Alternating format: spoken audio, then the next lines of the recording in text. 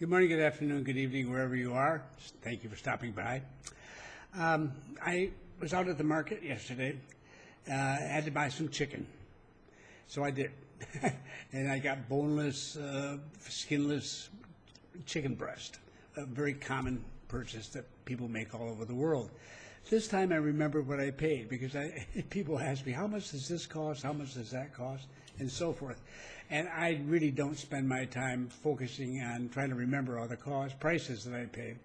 In this instance, though, for those who like to know a specific number, the chicken was $5.55 a kilo, which works out to about $2.50 a pound. That's one supermarket in Panama City. So, and I don't think it's going to be dramatically different elsewhere. But in any event, that's what it cost.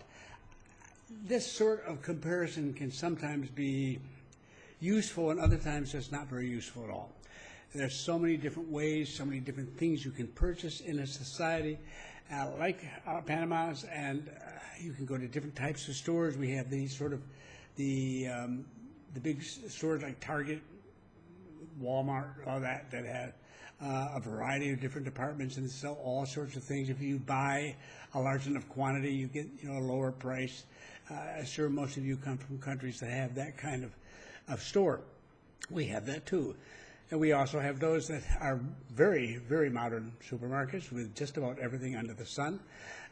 They will run more expensive than the standard supermarkets here. On the other hand, as everybody knows, you'll be able to buy things there you can't get elsewhere. And once in a while, they're actually cheaper. It's like shopping anywhere in the world. If you're really concerned about how much you're paying, you go out there and you look and you see what there is and you check out different markets. And if you want, you can go to to our vegetable market and the seafood market or what have you that service Panama City, but you have to be ready to buy a lot of potatoes. If you're going to go to a store like that, because it's really meant for sale to small supermarkets and or sort of the convenience store type of level and on up into major restaurants and what have you. So individuals, sometimes I know some people get together as a group and they go off and they buy a lot of various vegetables and fruits and then divide it up amongst themselves. And that seems to work. But those are folks who are really determined to keep that food price down, where most of us end up walking into the market and buying. So it depends a lot on who you are and so forth. Now, this morning, I woke up only to discover that the folks over at The Economist magazine, that's a magazine in the United Kingdom, been publishing for a very, very, very, very long time. It sounds like an economics magazine, but it's actually much broader than that. Covers news all over the world. It has quite a reputation for coming up with some interesting ways of looking at expenses and cost of living in various countries. They're most famous for what's called the Big Mac Index. The price of a McDonald's Big Mac in different countries as compared to what it is in the United States. It gives you an idea of inflation. It just gives you an idea of what cost of living is in a very broad sense. It's very popular because the Big Mac is something everybody knows, and it's sort of funny and cute and clever. But each year they also put out their review of normally about 200 cities. In this case, they had 133 cities globally that are considered to be significant from a business perspective, important cities, and one of those is Panama City, along with a number of others in Latin America and all over the world. The value here, and this sort of study that leads to results in a table, is that The Economist, what it does is it puts together a set of services, products, and what have you that they expect, I would say, a mid-level management person in business to, and probably with a family or not, but maybe an average between that and those who don't bring children or are unmarried. They have some way of putting this together, and what do they need to have roughly the same style of living in each city, and how much does it cost? And then translate that into dollars, so they can compare it to each other. And it's doable. It's been done. A lot of people do it. But actually, I think The Economist probably puts more effort into it than many. I don't know. I'll leave that for anyone else who wants to judge them. Are perfectly welcome to judge them. But they do put it out, and I wanted to share it with you. So I've got it here that shows just the Latin American section. First, that red line says 100 on the right-hand side. That's what you would have to pay in U.S. dollars in New York City for the particular package of services and goods The Economist is using. And to the left, you will see red and blue dots here and lines. The blue dot and the blue lines mean that things are getting cheaper. That's a good thing. The red means they're getting a little more expensive. So from 10 years ago, the dot is where they are today. The other end of the line, whether it's to the right or left, is where they were 10 years ago. So that shows you movement over the last 10 years in relation to New York. So New York's getting more expensive, perhaps, then that can be one reason why these cities look cheaper. It just depends. It doesn't make any difference. From the perspective of The Economist, this is all averaged out. You're not concerned with the actual numbers so much as you're concerned with where they stand in relation to each other and the direction in which they're headed. All right. That's the most value I get out of something like this and what I notice. Now, at the very bottom of the list is good old Caracas in Venezuela. It is the cheapest country in the world to live in because if you have dollars, if you don't have dollars, good luck to you. You're probably going to go without a lot, including food.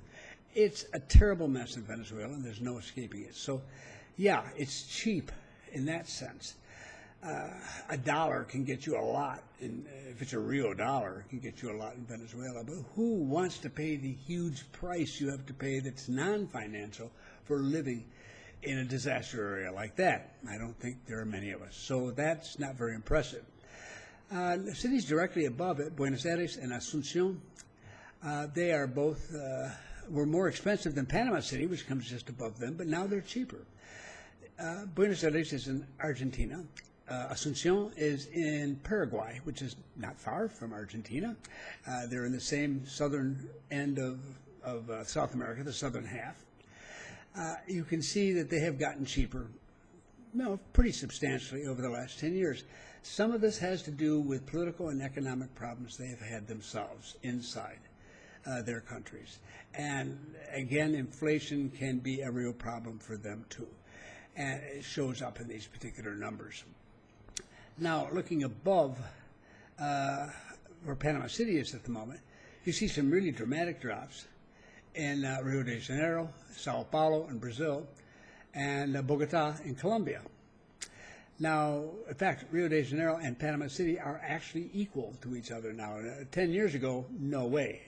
They were far more expensive than we were. Again, you're seeing in all three countries, the results of various difficult times they have been through over the last decade. Certainly in Argentina, they've had a lot of economic problems. Likewise in Brazil, and political problems in both countries. And Bogota's had its cartels. It's had over 1 million refugees from Venezuela. It's got a whole variety of things going on, too. The governments have changed fairly dramatically in all three countries. So it's all part of the process, but they certainly are getting cheaper, and they're almost down to our level, although Bogota is still a good notch above us. What's interesting is that people would assume that a dollar economy, quote unquote, because we use the dollar, is going to be the same as the U.S. No. We tend to have a much lower inflation rate than the U.S., and that's just the way it is. We may share the currency, but we don't share the central bank and a lot of other things. Now above, you see Quito in Ecuador, San Jose in Costa Rica, and Lima in Peru. And those have negatives. And they're very tiny, but in the last 10 years, they've gotten slightly more expensive. If you look really hard, you can see probably the little line from San Jose, and maybe you can catch the one in Quito. It's pretty small. So they've been fairly stagnant, so to speak. They haven't moved much. But they're all now substantially more expensive than the cities below them. Above that is Santiago in Chile, Guatemala City in Guatemala, obviously Montevideo in Uruguay, and Mexico City in Mexico. No surprise that Mexico City is at the top in terms of expense at all. But that just gives you an idea of the regional area. And to me, again, I often just stress the fact that don't get hung up on the numbers. What you're concerned with is the comparison and the movement over time. That's presented here, and that's of interest. It doesn't necessarily predict the future, okay? But it gives you a better idea. We've had, a year or so ago, we had a survey come up that said Panama City was the most expensive city in the region, and I thought that's baloney. But I didn't get into all the details of how they went about that survey, but it didn't make any sense to me, quite frankly, and it still doesn't. But you'll find these indices, and it's not really critical. Again, you need a group that's respected, has been doing it for a long time, is really it doesn't have a particular prejudice or something to sell, and isn't looking for scary headlines. The Economist doesn't need this to get readers. And they try to do as professional a job as they can. Now, I might do it differently if I was in their shoes. You know, I might disagree with how they approach something, and they are dealing with more of the business community, and maybe that's different. Maybe you're not coming in that community, but another, blah, blah, blah. The critical thing for me is that they have made a serious attempt to take a similar package, compare it to one standard. It happens to be in dollars, which happens to be our currency, and they have shown both movement over time and comparison with others. So there it is, for what it's worth. The best way, however, to understand cost of living is to come down and visit, stick your nose in stores, wander around, look at things, talk to people, and you'll get a much better feel for it than you ever will from a short video or, for that matter, a chart in The Economist or any other magazine. Thank you for stopping by. I'll be back again soon, and with another question I think that's frequently asked that I want to answer, but we won't do that today. We'll save that for the next time. So thanks again. I really appreciate you dropping by.